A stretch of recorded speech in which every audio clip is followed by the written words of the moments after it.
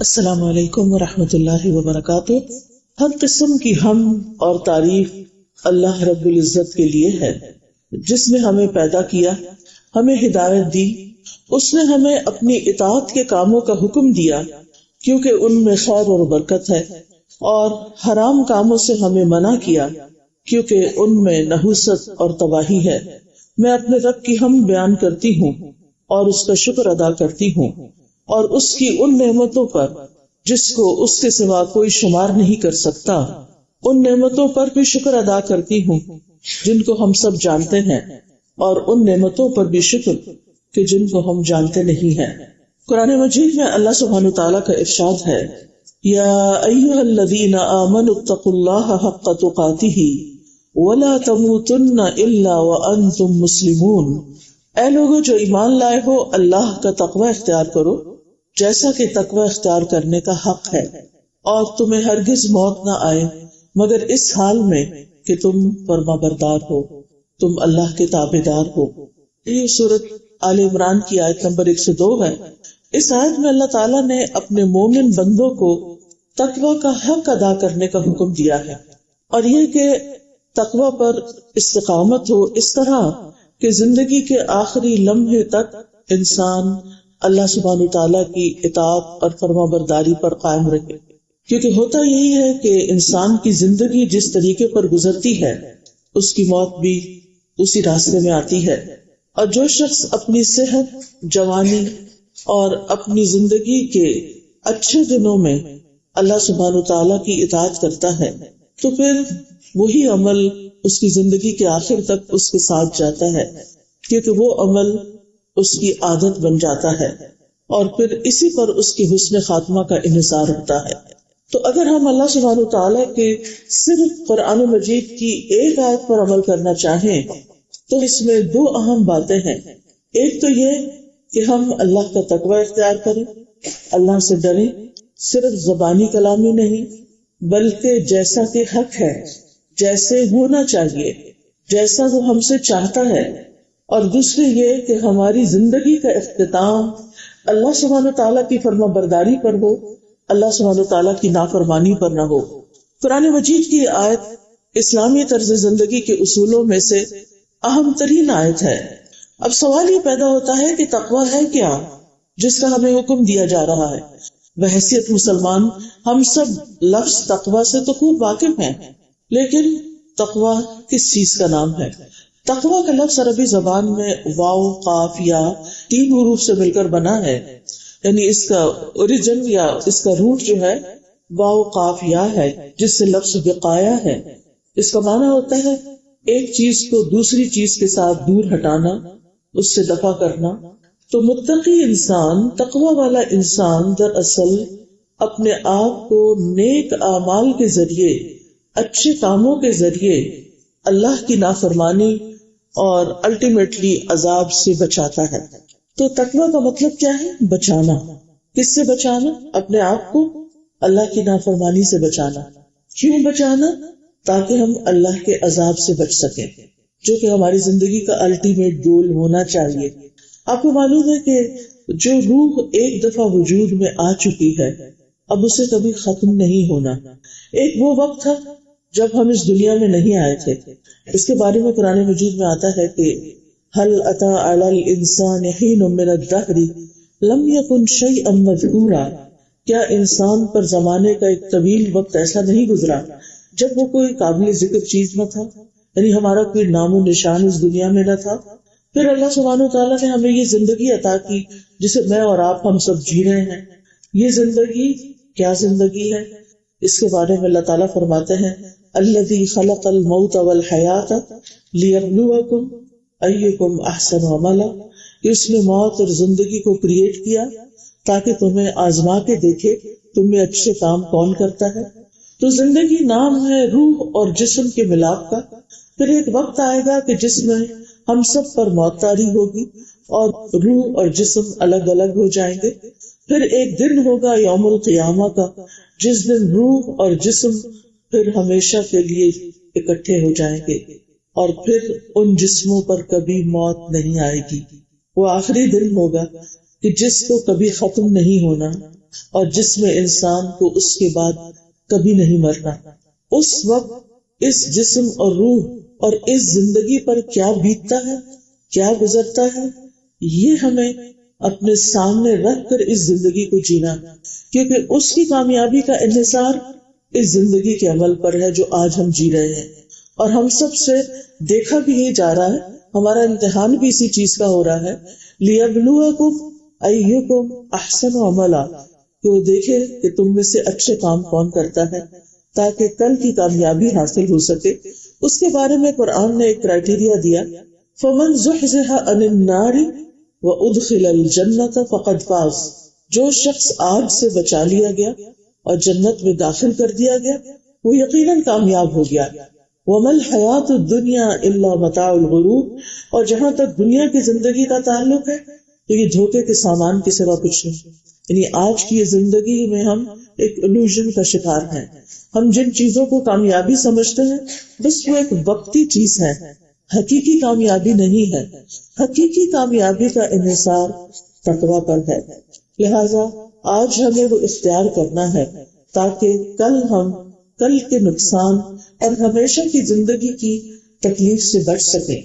تقویٰ کا ایک اور معنی خود کو عیوب سے بچانا، یعنی عیب والی زندگی سے بچانا اور احتیاط کے ساتھ زندگی بسر کرنا ہے، یعنی کمال درجے پر ایسی ہر چیز سے بچنا جو قیامت کے دن نقصان دہ ہو، اور وہ زندگی ایک کانشیس زندگی ہوتی، ایک احتیاط والی زندگی، یعنی جس میں انسان ہر لمحہ کانشیس ہوتا ہے اپنے اعمال کے بارے میں، اپنے افعال کے بارے میں، اپنے اقوال کے بارے میں، وہ جو کچھ جس وقت بھی کر رہا ہے وہ کیوں کر رہا ہے اور وہ کیسے کر رہا ہے اور کس کے لیے کر رہا ہے، اور اس کام کا آئندہ نتیجہ کیا ہوگا، کیا جو کچھ کر رہا ہے واقعی وہ کرنے کے لائق ہے، کیا واقعی وہ اس کی ڈومین میں آتا ہے، کیا واقعی وہ اس کی ذمہ داری ہے، کیا واقعی وہ ایسا کام ہے کہ جس سے خود اس کو فائدہ پہنچے گا، کیا وہ ایسا کام ہے کہ جس سے انسانیت کو فائدہ پہنچے گا، کیا وہ واقعی ایسا کام ہے جس سے اس کا رب اس سے راضی ہوگا۔ تو یہ تمام چیزیں دیکھتے ہوئے زندگی بسر کرنا نہایت ضروری ہے۔ اسی طرح تقویٰ کا یہ معنی بھی بیان کیا گیا ہے کہ انسان گناہوں پر اصرار کو چھوڑ دے۔ حضرت علی ابن ابی طالب رضی اللہ عنہ کہتے ہیں، تقویٰ گناہوں پر اصرار کرنے کو چھوڑ دینا ہے، یعنی انسان ہے، ہم سے غلطیاں ہو جاتی ہیں، گناہ ہو جاتے ہیں، لیکن ان گناہوں پر یعنی اس پر جمے نہیں رہنا اور ریپیٹڈلی نہیں کرنا۔ غلطی سے تو کوئی انسان بچ نہیں سکتا، لیکن غلطی کو دہرانے سے ضرور بچ سکتا ہے۔ غلطی کرنے کے بعد توبہ کا دروازہ کھلا ہے، لیکن توبہ کی شرائط میں سے یہ ہے کہ انسان آئندہ پھر وہ غلطی نہ کرنے کا ارادہ کرے۔ اور پھر تقویٰ کا ایک معنی اللہ سے ڈرنا بھی کیا گیا ہے، یعنی الخوف من الجلیل، کہ اللہ عز و جل سے ڈرا جائے، والعمل بالتنزیل، وحی الہی پر عمل کیا جائے، والقناعۃ بالقلیل، تھوڑے پر قناعت کر لی جائے، والاستعداد لیوم الرحیل، اور موت کی تیاری کی جائے، ان تجعل بینک وبین عذاب اللہ وقایہ، یہ کہ تمہارے اور تمہارے رب کے درمیان بچاؤ ہو، یعنی ایسی چیز ہو کہ تمہیں رب کے عذاب سے محفوظ رکھے۔ پھر اسی طرح تقویٰ کا ایک معنی یہ بھی کیا گیا ہے کہ انسان احسان کے درجے پر اللہ کی عبادت کرے، یعنی جو بھی اچھا کام کرے اللہ کی خاطر کرے اور اس طریقے پر کرے یوں سمجھے کہ وہ اپنے رب کو دیکھ کر کر رہا ہے۔ یعنی تقویٰ کیا ہے کہ انسان اللہ تعالیٰ کی عبادت خوبصورت طریقے سے کرے، عمدہ طریقے سے، بہت اچھے طریقے سے، گویا وہ اپنے رب کو دیکھ رہا ہو۔ ابن قیم کہتے ہیں کہ تقویٰ اللہ کی اطاعت میں کیا جانے والا وہ عمل ہے جو ایمان کی حالت میں اجر کی نیت رکھتے ہوئے، یعنی اجر کی نیت بھی ہو، اللہ تعالیٰ کے احکامات پر عمل کرنے اور اس کی منہیات یعنی جن چیزوں سے اللہ تعالیٰ نے روکا ہے ان سے بچنے کی صورت میں سر انجام دیا جاتا ہے، یعنی جو چیز اللہ تعالیٰ ہم سے چاہتے ہیں وہ کریں اور جن چیزوں سے وہ روکتا ہے اس سے رک جائیں۔ پھر تقویٰ بچ بچ کر احتیاط کے ساتھ زندگی گزارنے کا نام ہے. حضرت عمر نے ابی ابن کعب سے تقویٰ کے بارے میں پوچھا کہ تقویٰ کیا ہوتا ہے. ابی ابن کعب ایک بہت بڑے عالم تھے، اہل کتاب میں سے تھے، پھر مسلمان ہو گئے. تو انہوں نے حضرت عمر سے کہا کیا آپ کبھی کسی خاردار راستے سے گزرے ہیں؟ انہوں نے کہا ہاں کیوں نہیں. تو ابی ابن کعب نے کہا پھر آپ کیا کرتے ہیں جب آپ کانٹوں کے بیچ میں سے گزر رہے ہوتے ہیں تو کیا کرتے ہیں؟ عمر رضی اللہ عنہ نے فرمایا شمرت واجتمعت، یعنی میں پھر اپنے کپڑے سمیٹ کر، کپڑے بچا کر، بھرپور کوشش کر کے احتیاط کے ساتھ گزرتا ہوں کہ میرے کپڑے کانٹوں میں نہ الجھ جائیں. تو انسان جب تقویٰ کی زندگی اپنے ذہن میں لاتا ہے تو اس دنیا کے خاردار جنگل سے گزرتے ہوئے، جس میں طرح طرح کے شبہات ہیں، طرح طرح کی شہوات ہیں، طرح طرح کی ایسی چیزیں ہیں جو انسان کو اپنے رب سے غافل کر دیتی ہیں، جو رب سے دور کر دینے والی ہیں، تو ایسی صورت میں انسان پھر ان تمام چیزوں سے اس طرح گزرتا ہے کہ کوئی چیز اس کو اپنے اندر اٹکا نہ دے، کوئی چیز اس کو اپنے اندر پھنسا نہ لے. یعنی دنیا کے اندر بہت سی اٹریکشنز ہیں، دنیا کے اندر بہت سی ایسی چیزیں ہیں. ایک طرف انسان کے اندر اس کا نفس ہے، انسان کے باہر شیطان ہے، معاشرے کے لوگ ہیں، ان تمام کے اپنے کچھ تقاضے ہیں، ان کی اپنی ایک سوچ ہے. تو بات یہ ہے کہ انسان ہر اس چیز سے دور سے گزرے جو رب کو ناراض کرنے والی ہو. انسان ہر اس چیز سے بچ کے گزرے شیطان جس کی طرف دعوت دینے والا ہو. ہر اس چیز سے بچ کر گزرے جو انسان کے دل میں شک و شبہ پیدا کرنے والی ہو. کیونکہ تقویٰ اسی چیز کا نام ہے کہ انسان واضح حرام کاموں سے بچنے کے ساتھ ساتھ ان چیزوں سے بھی بچے جو انسان کے دل میں کھٹک جائے. تو انسان ہر اس چیز سے بچے جو دل میں کھٹک جائے کہ یہ صحیح نہیں ہے. کیونکہ انسان بعض اوقات اس کو کسی حکم کا پتہ نہیں ہوتا کہ اس معاملے میں اللہ سبحانہ وتعالیٰ کا حکم کیا ہے، اس کو پسند ہے یا نہیں. تو اللہ تعالیٰ نے ہماری ہدایت کے کچھ طریقے رکھے ہیں. ایک تو ہماری فطرت کے اندر نور ہدایت رکھا ہے کہ انسان فطری طور پر خیر کی طرف راغب ہونے والا ہے. یعنی انسان ہر اس چیز کو چھوڑ دے جو اللہ سبحانہ وتعالیٰ کو ناراض کرنے والی ہے. بعض چیزیں تو ہمیں قرآن و سنت سے پتہ چل جاتی ہیں، بعض چیزیں ہمیں لوگ بتا دیتے ہیں، لیکن ہر انسان کی زندگی میں کچھ سچویشنز ایسی بھی آتی ہیں کہ جہاں اس کو واضح کوئی معیار معلوم نہیں ہوتا کہ جس پر وہ یہ فیصلہ کر سکے کہ جو کچھ وہ کر رہا ہے وہ صحیح کر رہا ہے. ایسی صورت میں انسان کو پھر اپنے دل سے پوچھنا چاہیے، کیونکہ نبی صلی اللہ علیہ وسلم نے فرمایا التقوی ہاں ہونا، تقوی یہاں ہے. جو انسان اللہ سے ڈرتا ہے اس کا دل اس کے لیے رہنما بن جاتا ہے، اس کے دل میں وہ باتیں کھٹک جاتی ہیں جو اللہ تعالیٰ کو ناراض کرنے والی ہوتی ہیں، جو اس کے لیے نقصان دہ ہوتی ہیں. لہذا انسان جب کانشیسلی زندگی بسر کرتا ہے، حلال اور حرام تو واضح ہوتے ہیں، لیکن کچھ چیزیں گرے ایریا میں بھی ہوتی ہیں جن کے لیے انسان کو اپنی عقل بھی استعمال کرنی ہوتی، نہ کانشیس استعمال کرنا ہوتا. ان چیزوں کے بارے میں پھر انسان احتیاط برتے. کچھ چیزیں ایسی ہوتی ہیں جو واضح طور پر شر نظر آ رہی ہوتی ہیں، لیکن کچھ راستے اس شر کی طرف جا رہے ہوتے ہیں. انسان ان راستوں پر بھی نہ چلے کیونکہ ڈر ہے کہ انسان کہیں اسی منزل میں نہ جا پہنچے جو اس کے لیے نقصان کا باعث ہے. یعنی جہاں سے انسان کو منع کر دیا گیا ہے کہ وہ اللہ کی حدود کے قریب نہ جائے، اللہ سبحانہ تعالیٰ کی نافرمانی کے کاموں کے قریب بھی نہ جائے، تو وہاں ان چیزوں سے انسان بچ جائے، ان چیزوں سے انسان دوری اختیار کرے. امام سوری کہتے ہیں متقی کو متقی اس لیے کہا گیا ہے کیونکہ وہ ایسی چیز سے بھی پرہیز کرتا ہے جس سے عام طور پر لوگ پرہیز نہیں کرتے. امام راغب کہتے ہیں تقویٰ یہ ہے کہ نفس کی حفاظت ایسی چیز سے کی جائے جو گناہ میں ڈالتی ہو. یہ حرام چیزوں کو چھوڑنے سے ہوتا ہے اور اس کی تکمیل بعض جائز کاموں کو چھوڑنے کے ساتھ ہوتی ہے. یعنی انسان متقی اس وقت تک نہیں بنتا کہ جب تک وہ کچھ ایسی چیزوں کو نہ چھوڑ دے کہ جو حرام کی طرف لے جانے والی ہوں. فیروز آبادی کہتے ہیں کہ تقوی سے مراد ہر اس چیز سے پرہیز کرنا ہے جس میں نقصان ہو، نافرمانی ہو اور وہ فضول کام ہو. یعنی دوسرے لفظوں میں اپنی زندگی سے بے مقصدیت کو نکال دینا ہے.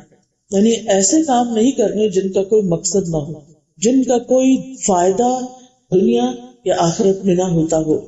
اسی طرح ایسی لذتوں کو چھوڑنا، ایسی خواہشات کو چھوڑنا جو حرام کے دائرے میں آتی ہوں یا حرام نہیں بھی تو شرک کے دائرے میں آتی ہوں، جس پر انسان کا ضمیر بھی اس کو ملامت کرتا ہوں کہ مجھے یہ کام نہیں کرنا کیونکہ مجھے یہ درست معلوم نہیں ہوتا. یعنی کچھ چیزوں کے بارے میں ہمارے اندر کی گواہی، ہمارے اندر کی گھنٹی اتنی اسٹرانگ ہوتی ہے کہ ہمیں وہ چین نہیں لینے دیتی. ہمارے اندر اس کام کو کر کے ایسا گلٹ پیدا ہو جاتا ہے کہ جس سے ہمارا اطمینان قلب رخصت ہو جاتا ہے. ان چیزوں کو چھوڑنا ضروری ہے. یہ اطمینان قلب جو ہے اس کا حصول بہت ضروری، اس کو حاصل کرنا ضروری ہے، کیونکہ موت کے وقت جو فرشتہ آئے گا وہ کس طرح خطاب کرے گا؟ جو انسان ساری زندگی اطمینان قلب کے لیے کوشش کرتا رہا اور اس کو نصیب بھی ہو گیا، اور وہ کیسے نصیب ہوا؟ اللہ کی نافرمانی اور پھر شک و شبہ والے کام چھوڑ کر یقینی کاموں کی طرف بڑھا، تو فرشتہ آ کر کہے گا یا ایتھا النفس المطمئنہ، اے نفس مطمئنہ، ارجعی الی ربک راضیۃ مرضیہ، اپنے رب کی طرف واپس چلو. رب نے تمہیں کچھ دن کے لیے بھیجا تھا اس دنیا میں، اب تم واپس چلو. راضیۃ مرضیہ، اس حال میں کہ تم اپنے رب سے راضی ہو اور اس حال میں کہ رب تم سے راضی ہے. یعنی ہم اپنی موت کو کس طرح ڈریم کرنا چاہتے ہیں، کس طرح ہم سوچتے ہیں کہ ہماری موت کیسے آئے، یعنی اس وقت ہمارے دل کی کیفیت کیا ہو. کیونکہ جس دل میں تقویٰ ہوگا وہ لازماً نفس مطمئنہ بنے گا، اس کے اندر اطمینان آئے گا، کیونکہ وہ ساری زندگی اسی طرح زندگی بسر کرتا رہا کہ وہ اسی کوشش میں رہا کہ شک و شبہ والی چیزوں کو چھوڑ دے. اسی سے پھر انسان کے اندر زبان کی حفاظت کا خیال بھی آتا ہے. حضرت انس کہتے ہیں کوئی بندہ اس وقت تک اللہ سے ڈر نہیں سکتا جیسا کہ ڈرنے کا حق ہے جس کا حکم اس آیت میں دیا گیا ہے، جب تک وہ اپنی زبان کی حفاظت نہیں کرتا. تو کرنے والے کاموں میں سے تقوی حاصل کرنے کے لیے بہت ضروری ہے کہ ہم اپنی زبان سے نکلنے والے لفظوں کو بھی گارڈ کریں کہ ہم کیا بول رہے ہیں، کیوں بول رہے ہیں، کس وقت بول رہے ہیں، کس سے بول رہے ہیں، اور اس کے پیچھے مقصد کیا ہے ہمارا. اور اب تو صرف ایک زبان ہی نہیں بولتی، اب تو ہمارے ہاتھ بھی بولتے ہیں. کہا جاتا ہے نا کہ قیامت کے دن انسان کے ہاتھ بولیں گے. سورۃ یاسین میں آپ پڑھتے ہیں کہ آج کے دن ان کے ہاتھ اور ان کے پاؤں بولیں گے. لیکن اب تو دنیا میں ہی ہاتھ بولنے لگ گئے. ہم وہ کچھ ٹائپ کر دیتے ہیں، بعض اوقات وہ کچھ ٹیکسٹ میسج میں ڈال دیتے ہیں جو بعض اوقات نہیں ڈالنا چاہیے، جو اللہ کی ناراضگی کے کاموں میں سے ہو سکتا ہے، جو بے مقصد بیکار اور فضول چیز ہو سکتی ہے، جو کل کو ہمارے خلاف حجت بن سکتی ہے. اگرچہ ہمارے زبان کی باتیں بھی لکھی جاتی ہیں لیکن ہمارے لکھے ہوئے کو تو ضروری لکھ لیا جاتا ہے. قرآن مجید میں آتا ہے ما یلفظ من قول الا لدیہ رقیب عتید، کوئی لفظ انسان کی زبان سے نہیں نکلتا مگر اس کے پاس ایک حاضر باش نگران موجود ہوتا ہے. ان علیکم لحافظین کراما کاتبین، تمہارے اوپر یقیناً نگران بیٹھے ہوئے ہیں جو معزز فرشتے ہیں. وہ یعلمون ما تفعلون، جو کچھ تم کر رہے ہوتے ہو وہ سب جانتے ہیں. یعنی ان کے لیے کوئی بھی چیز مشکل نہیں. اللہ سبحانہ وتعالیٰ نے انہیں ان سب چیزوں کا علم دے رکھا ہے کہ جو انسان کرتا ہے، اور وہ بعین ہی نہ وہ کسی کے ساتھ فیورٹزم کرتے ہیں، نہ وہ کسی کے ساتھ باعث ہے، نہ وہ کسی پر ظلم کرتے ہیں. جیسے جو کچھ انسان کرتا ہے اسی طرح وہ لکھ لیتے ہیں، اور قیامت کے دن وہی کتاب انسان کے ہاتھ میں دے دی جائے گی. اور اس وقت انسان اپنی کتاب کو پڑھ کر کہے گا ما لہذا الکتاب لا یغادر صغیرۃ ولا کبیرۃ الا احصاها، اس کتاب کو کیا ہو گیا ہے کہ اس نے نہ کوئی چھوٹی بات چھوڑی اور نہ کوئی بڑی بات چھوڑی مگر یہ کہ اس کو شمار کر لیا، اس کو لکھ لیا. تو انسان اپنے ہی بولے ہوئے پر اپنے ہی لکھے ہوئے پر قیامت کے دن شرمندہ ہوگا. وہ چاہے گا کاش اسے کوئی مٹا دے، لیکن اس اعمال نامے میں سے اس دن کچھ بھی مٹایا نہ جائے گا.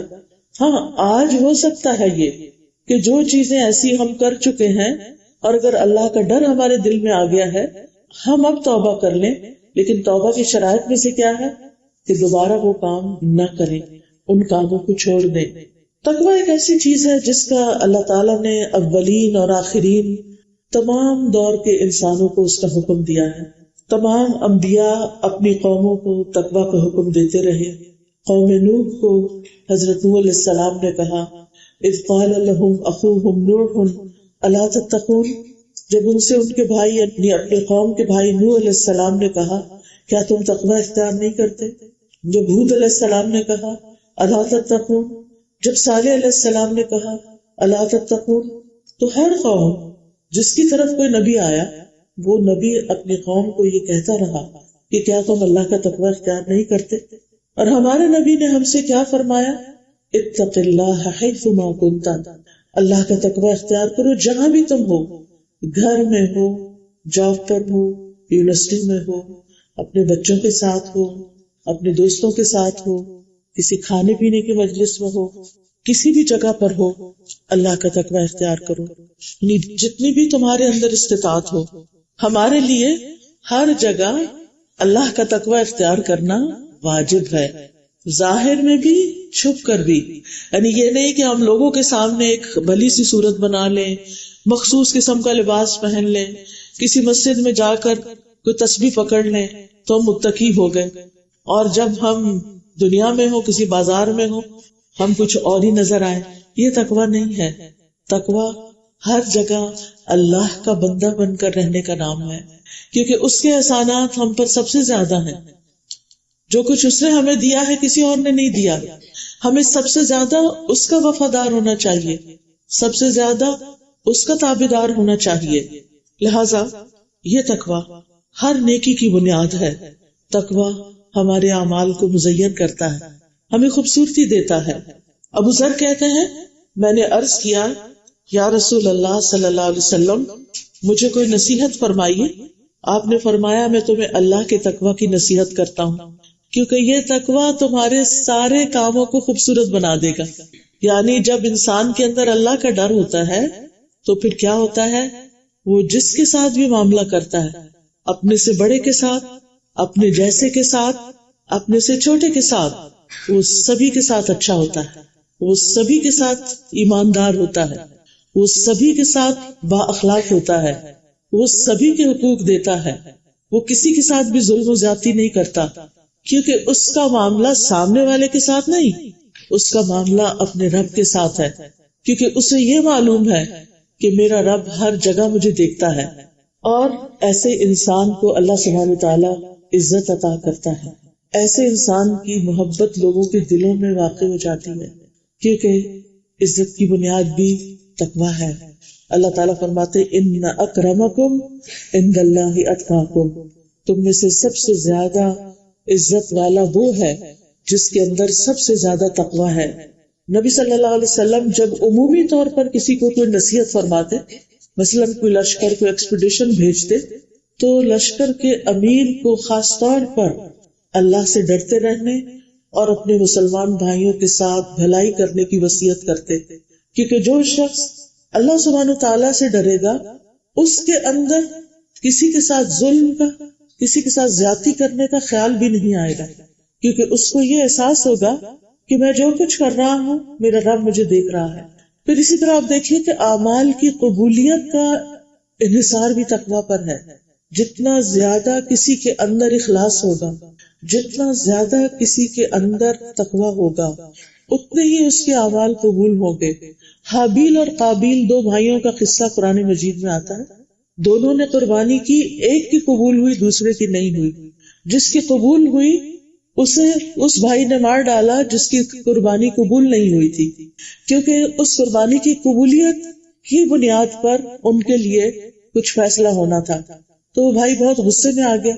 تو پہلے بھائی نے سمجھایا کہ انما یتقبل اللہ من المتقین، کہ اللہ تو تقوی والوں کی قربانی قبول کرتا ہے. یعنی جو کام ہم اللہ کے لیے کرتے نہیں، چاہے وہ دیکھنے میں کتنا ہی بڑا کام کیوں نہ ہو، اللہ کیا قبولیت نہیں پاتا. لہٰذا جس چیز میں، جس کام کے پیچھے اللہ کی محبت ہوگی، اللہ کا ڈر ہوگا، اللہ کی خاطر ہوگا، وہ کام اللہ کی بارگاہ میں چاہے وہ چھوٹا سا ہی ہو قبول ہوگا.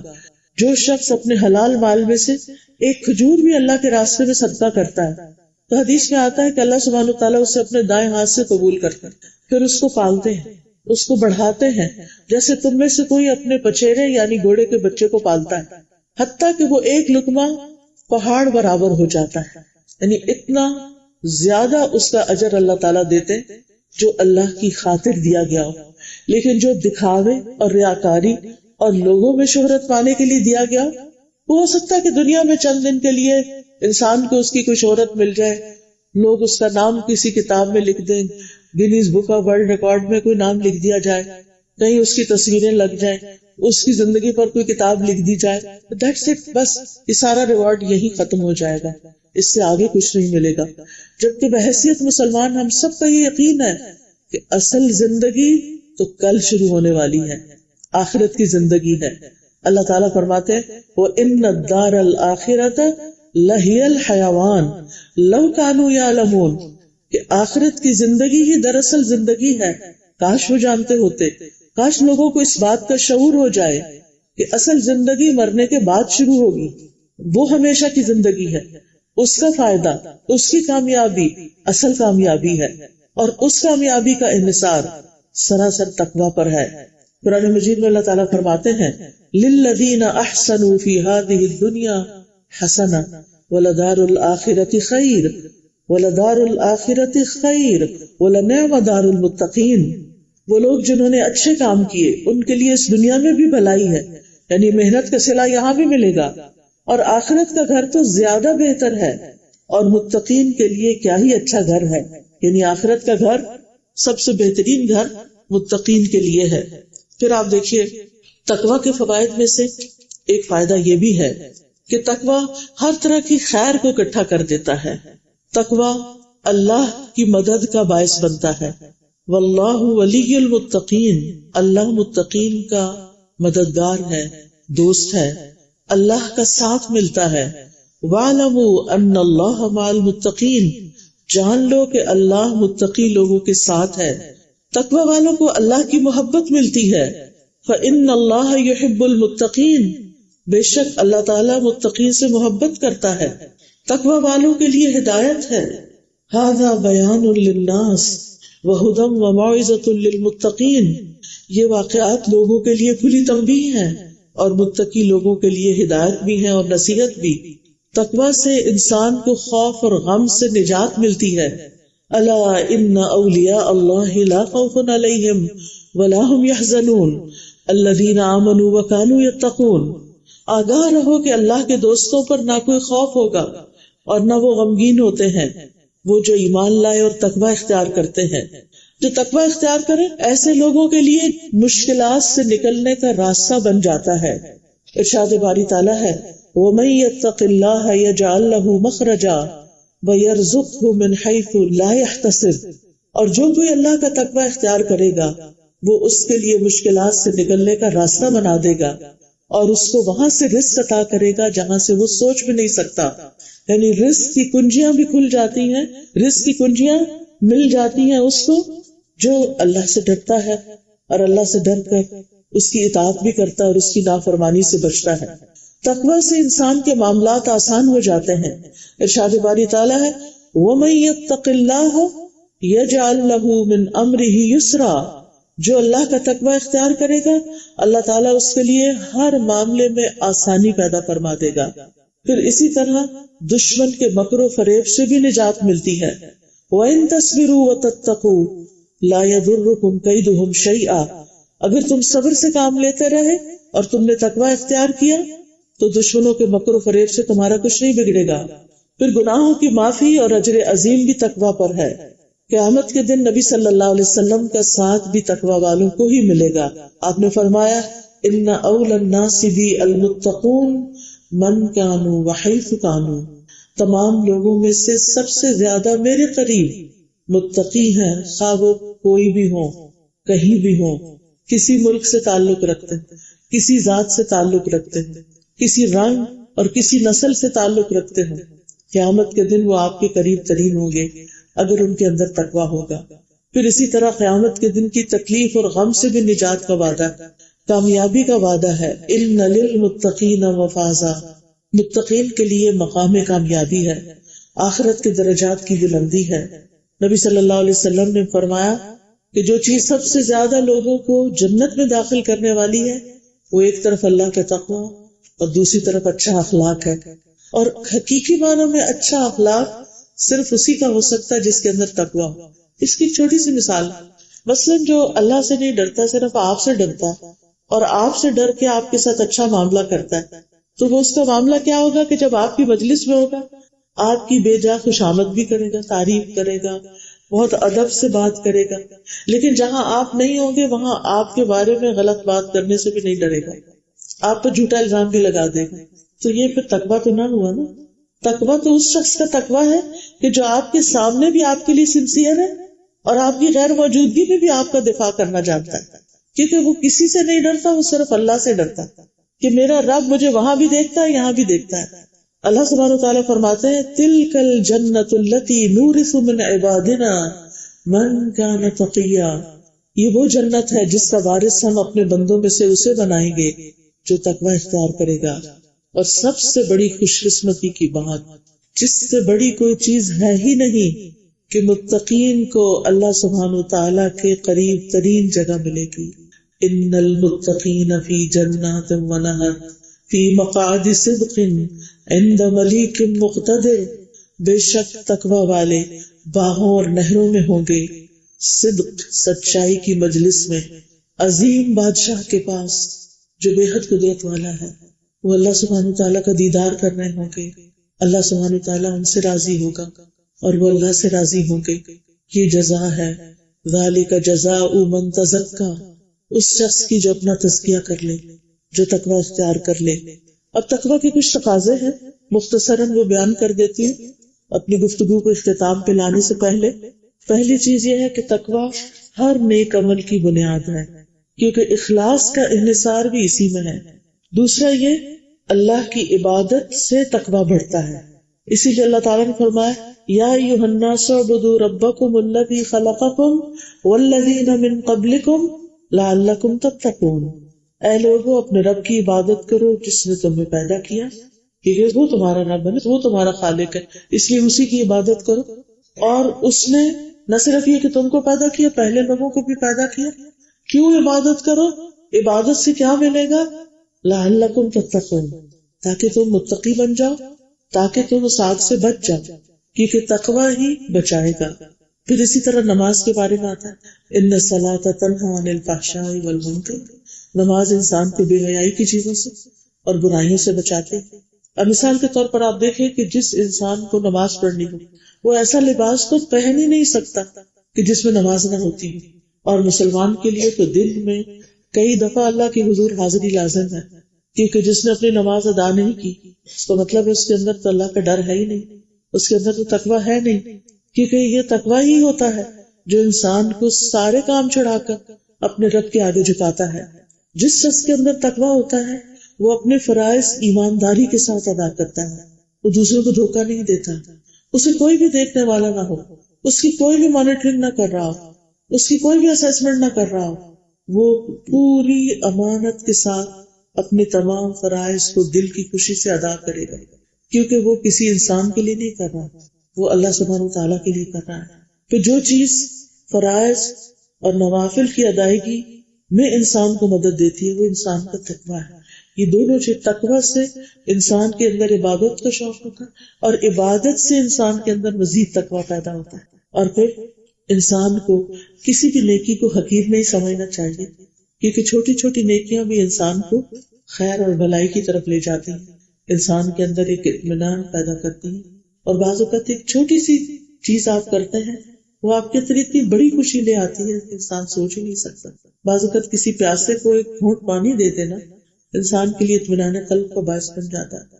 اور یہ وہی شخص دے سکتا ہے جو یہ سمجھتا ہے کہ میرا رب مجھے اس کا ریوارڈ دینے والا ہے، مجھے کسی انسان کے سامنے سچا یا اچھا نہیں بننا۔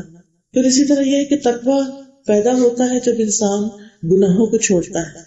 ہم میں سے ہر ایک کو جائزہ لینا چاہیے کہ کہاں کہاں ہم اللہ کی نافرمانی کر رہے ہیں اور کس کس طریقے سے ہم نے ان گناہوں کو اپنی زندگی سے نکالنا، چاہے وہ ہماری عبادات سے متعلق ہو، چاہے وہ ہمارے اخلاق سے متعلق ہو، چاہے وہ ہمارے فرائض کی ادائیگی سے متعلق ہو، چاہے وہ ہمارے لباس سے متعلق ہو، چاہے وہ ہماری اولاد کی تربیت سے متعلق ہو۔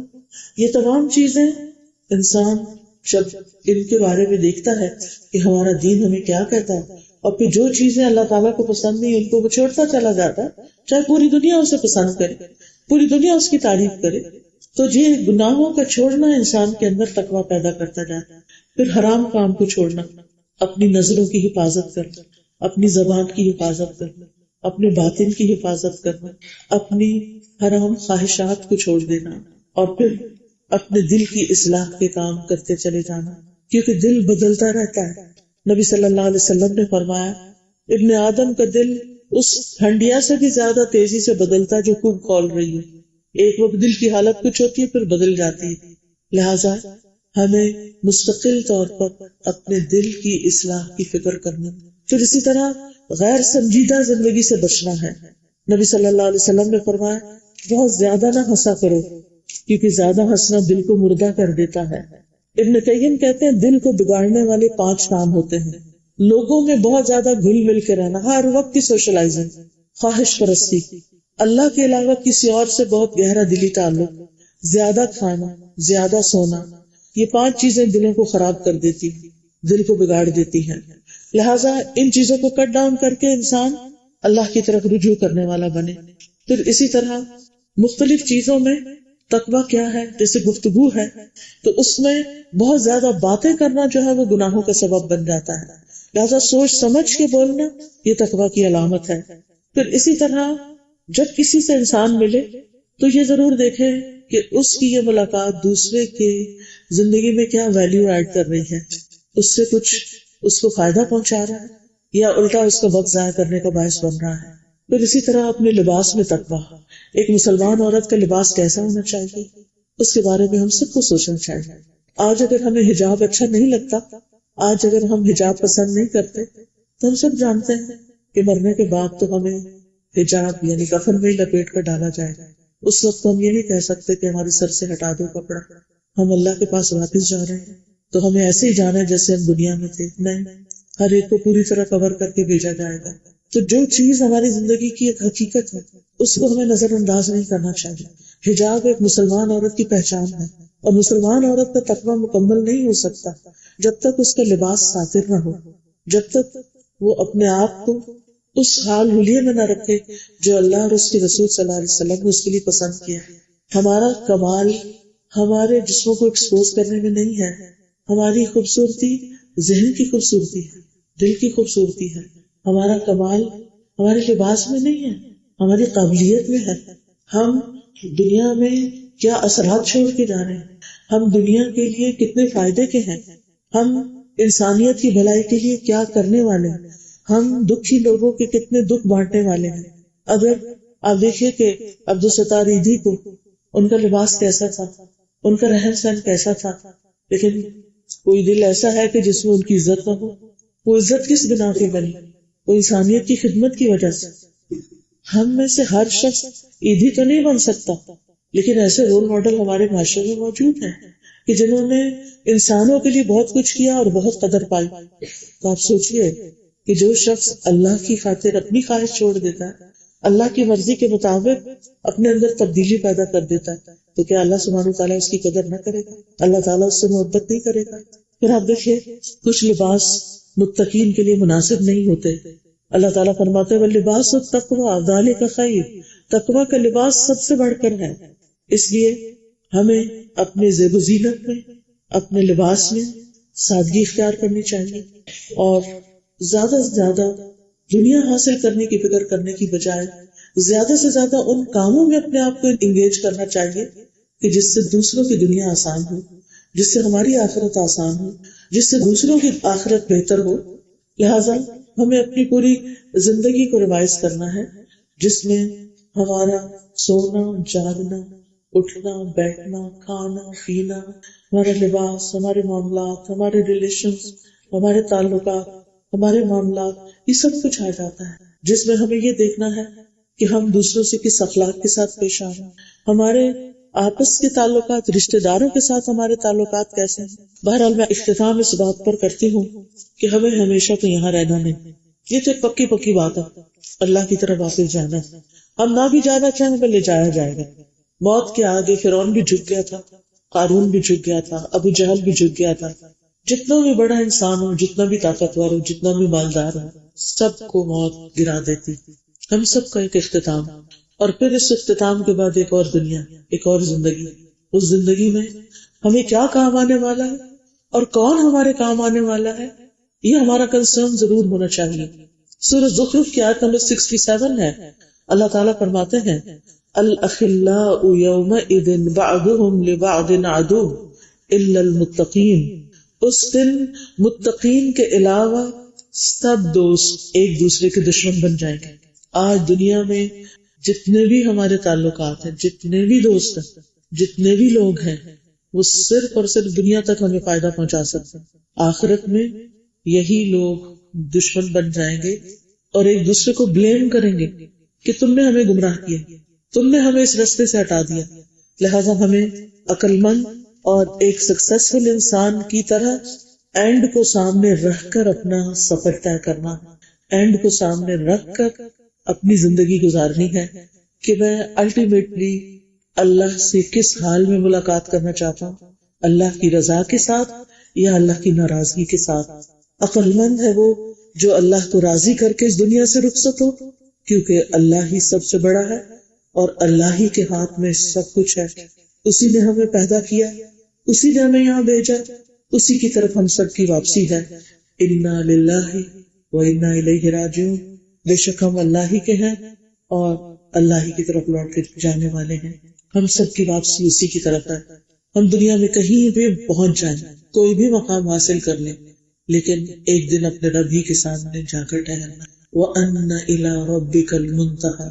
اللهم إني أسألك الهدى والتقى والعفاف والغنى، اللهم آت نفسي تقواها وزكها أنت خير من زكاها أنت وليها ومولاها، اللهم إني أسألك فعل الخيرات وترك المنكرات وحب المساكين وأن تغفر لي وترحمني، وإذا أردت فتنة قوم فتوفني غير مفتون، أسألك حبك وحب من يحبك وحب عمل يقربنا إلى حبك۔ اے اللہ، میں تجھ سے سوال کرتی ہوں نیک کام کرنے کا، منکرات سے بچنے کا، مسکینوں سے محبت کرنے کا، اور یہ کہ تو ہمیں معاف فرما دے اور تو ہم پر رحم فرما دے، اور جب تو کسی قوم کو آزمانے کا ارادہ کرے تو ہمیں فتنے میں مبتلا ہونے سے پہلے موت عطا کر دینا۔ ہم تجھ سے تیری محبت کا سوال کرتے ہیں اور تجھ سے تیری محبت کرنے والوں کی محبت کا سوال کرتے ہیں، اور ایسے اعمال کی محبت کا سوال کرتے ہیں جو ہمیں تیری محبت سے قریب کر دیں۔ میں آپ سب کی بہت شکر گزار ہوں، آپ نے بہت صبر کے ساتھ یہ وقت میرے ساتھ گزارا، خاموشی کے ساتھ سنا۔ میری دعا ہے اللہ تعالیٰ آپ کے اس وقت میں برکت ڈالے اور اللہ تعالیٰ ہمیں اس مجلس سے بھرپور فائدہ عطا فرمائے، اور جب ہم اپنے رب سے جا کر ملیں تو وہ ہم سے راضی ہو جائے۔ یہ ایک چھوٹا سا کارڈ آپ کے لیے ہے گفٹ، اس میں تقویٰ کی دعا لکھی ہوئی ہے، اور اگر آپ اس کو اپنی کسی وال پر، کسی بورڈ پر لگا دیں اور دیکھ کر بھی پڑھتے رہیں تو انشاءاللہ خوبصورت دعا ہے، آپ کو فائدہ دے گی۔ بارک اللہ فیکم۔ میں انتظامیہ کی بھی بہت شکر گزار ہوں جنہوں نے آج کی اس مجلس کو ممکن بنایا۔ اللہ تعالیٰ آپ سب سے راضی ہو۔ بارک اللہ فیکم۔ سبحانک اللہم و بحمدک، اشہد ان لا الہ الا انت، استغفرک و اتوب الیک۔ السلام علیکم و رحمۃ اللہ وبرکاتہ۔